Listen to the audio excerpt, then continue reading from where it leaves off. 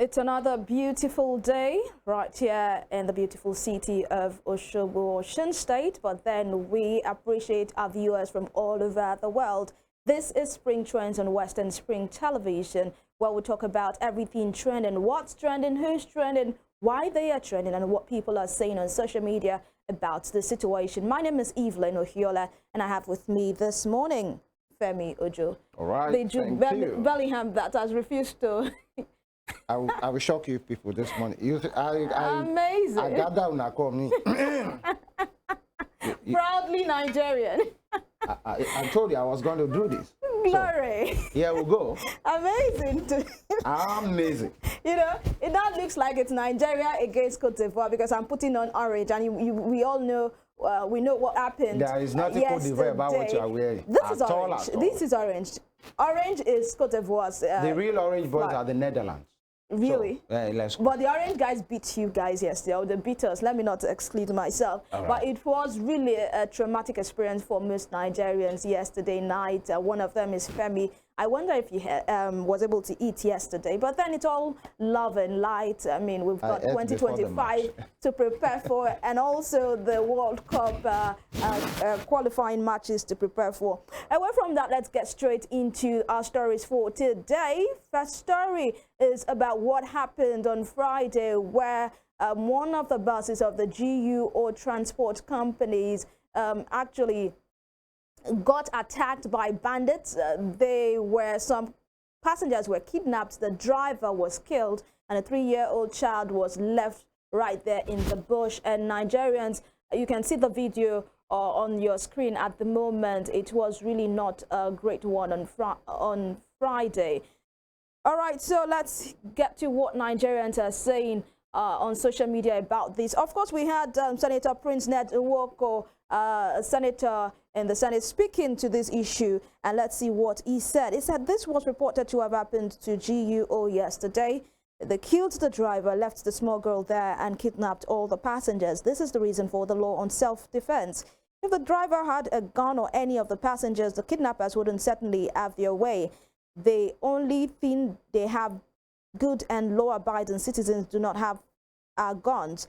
The passengers might never be rescued, and just imagine the poor little girl who will be traumatized for life. And Nigerians came with reaction to that particular post by Senator Ned Nwoko. Siri All One says guns shouldn't be allowed. Despite the US's extensive regulatory measures and billions spent on police resources annually, it struggles to curb gun violence. We must enhance security resources, not introduce firearms to a society with limited means and unpredictable citizens. And at Lord Obote Ayo says, Senator, a country where small anger leads to chaos, example, road rage. Some people committing crime at will, and you want to legalize firearms, you want to encourage more armed chaos. What happens to better security? You want the trade arms? That's asking him, stick to marine. Of course, he threw a jab at Senator Ned Nwoko.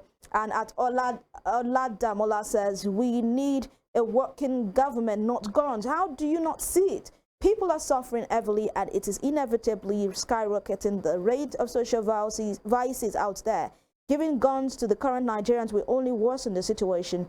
Death rate will skyrocket, I promise you. Femi, your thoughts? I think it is very unfortunate, you know, what has happened to that particular bus, you know, and that's one too many. It was first the God is Good Transport Company bus, the ABC Transport Company bus. In fact, both were abducted same day. Later, we learned towards the end of the week, that was last week, that these guys have been released, and you know, something will have changed hands, except, you know, on very rare cases. Now, this has happened.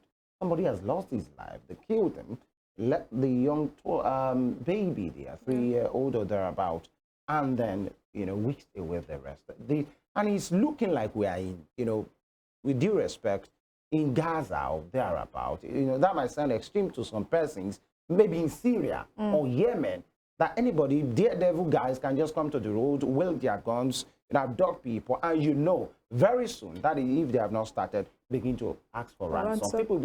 People that are struggling to eat, they begin to look for millions, even in very terrible places, just for them to, you know, for them to have their people back. And nobody, government and security guys have been saying, don't pay ransom.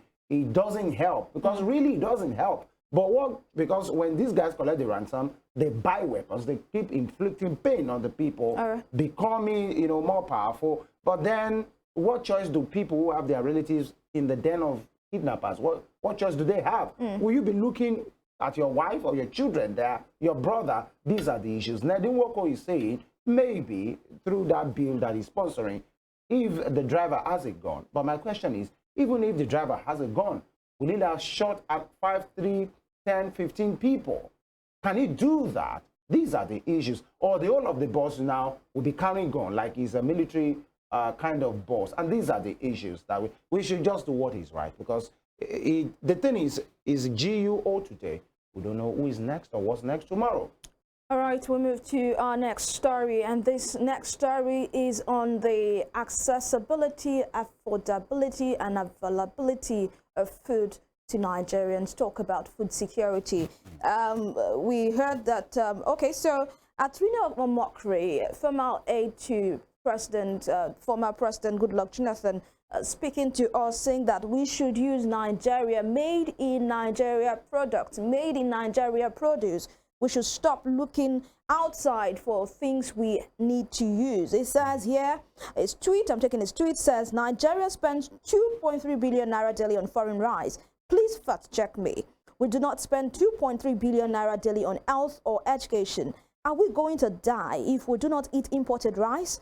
How can the naira rise when we spend 2.3 billion naira daily on rice from Thailand and $10 million daily on MTN, DSTV, and ShopRite? Support made in Nigeria for yourself. It is not just Tinubu's duty. It should be a collective effort. It says watch NTA, channels on AIT, eat local, and I should add WSTV, eat local Kebi and Abakaliki rice, eat cassava bread, call with glow, drive an innocent, eat Dangote spaghetti.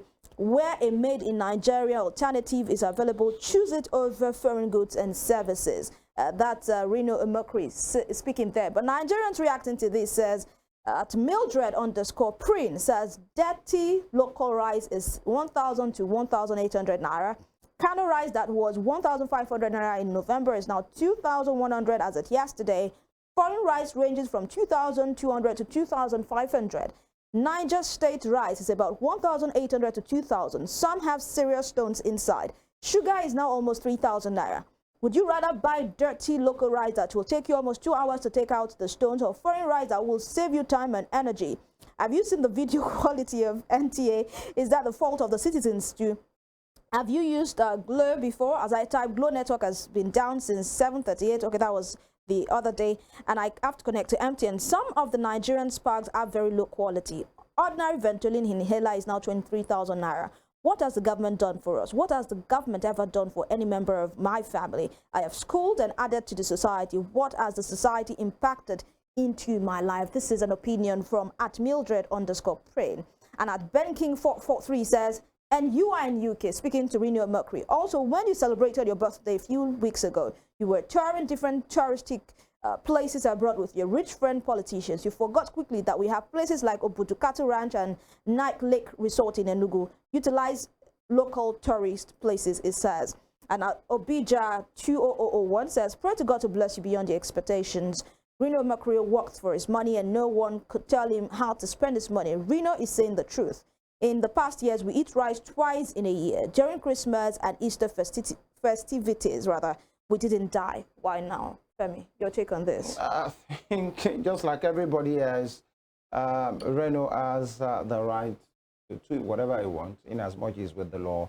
But then I, for one, I wouldn't take him that seriously. That's my personal opinion there. Okay. Because for starters, you can't stay in the U.S. or whatever I think he stays in the U.S. You can't stay in the U.S. and I'll be talking about growing Nigeria. You don't have that moral right to talk to me about that. You're staying in the U.S. You are telling me to grow Nigeria. Come back first, okay? Come to Shogbo. Then we can have this conversation. For that, he has lost that moral ground to talk about it. Because it's as simple. So you think it's a hypocritical call by Reno? That is the worst kind of hypocrisy that you can see. He didn't just travel. That's where he lives. And he's advising us to grow Nigeria. How about you come back first? to grow that Nigeria, and then we can have this conversation. It's as simple as that. The conversation is off the table. You travel. Somebody even said he celebrated his birthday recently. He went somewhere. You didn't come back to Calabar. Didn't come back to the Akiti, or was this one in Okini? You know, the Pakiti rather, to come and have an experience. You went there to do whatever you want, and you are telling us to grow Nigeria. Growing Nigeria is good.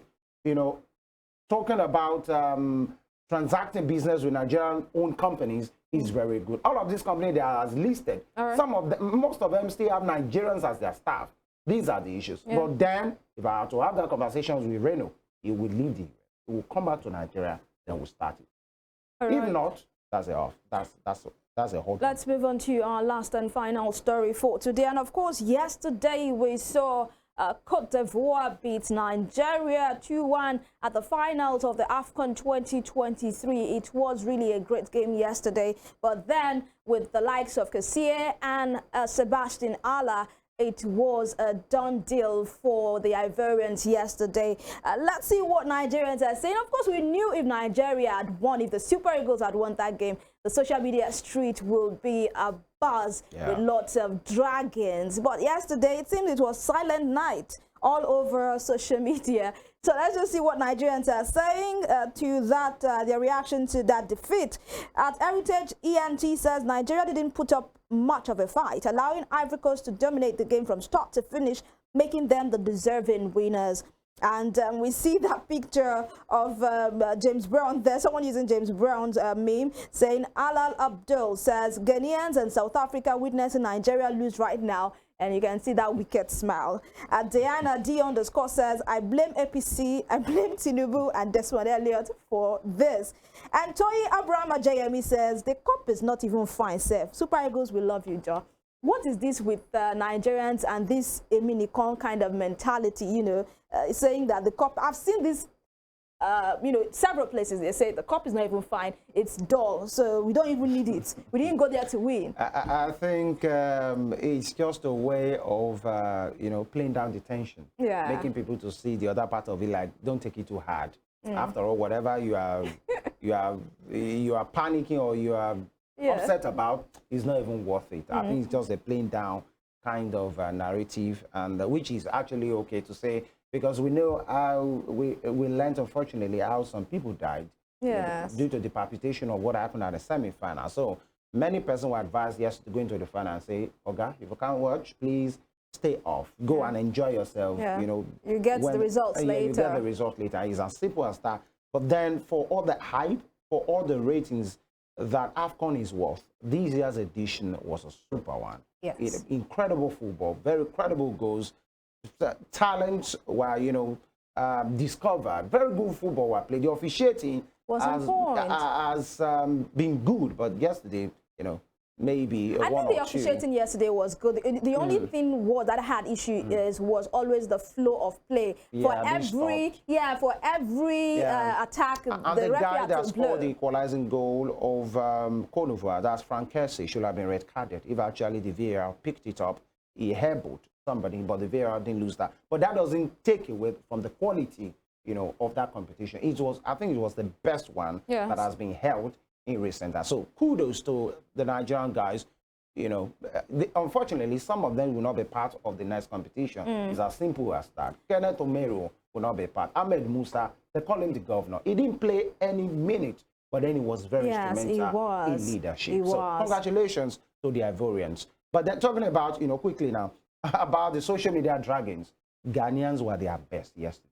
South Africans were their best at their best yesterday. Many persons were even saying the Ivorians will even win stuff. They're not really disturbed. But you guys knew what you did to Ghana and South Africa. It was a real payday. Exactly. But congratulations to the Elephants of Côte d'Ivoire. This is it. It's Nigeria. Okay, it's Nigeria. Well, congratulations to the Elephants of Côte d'Ivoire. You did amazing this AFCON. I mean, it was a fairy tale of, the rejected stone becoming the chief cornerstone, from the best loser to the ultimate winner of the AFCON 2023. Kudos to them, and also to that assistant coach that picked them up from that position where they were to winning the AFCON. Yeah. Congratulations to them. We'll wait for the next AFCON, which will be in the year 2025. Until then, remember that we are champions, Nigeria, whether we carry the trophy or not. We are champions. Really? And that will be all for Spring Trends Right for today. We make a return tomorrow for another interesting time. Until then, my name is EVELYN OHIOLEI, FEMI. No, without saying the World Lake Wakindoju's Day. Yeah, congratulations to our very own Day. Chikasi Ogbo and Chief Editor Lekon Akindoju. Happy birthday to you. Happy birthday. We wish you all the best. Agba Editor. All right. Bye.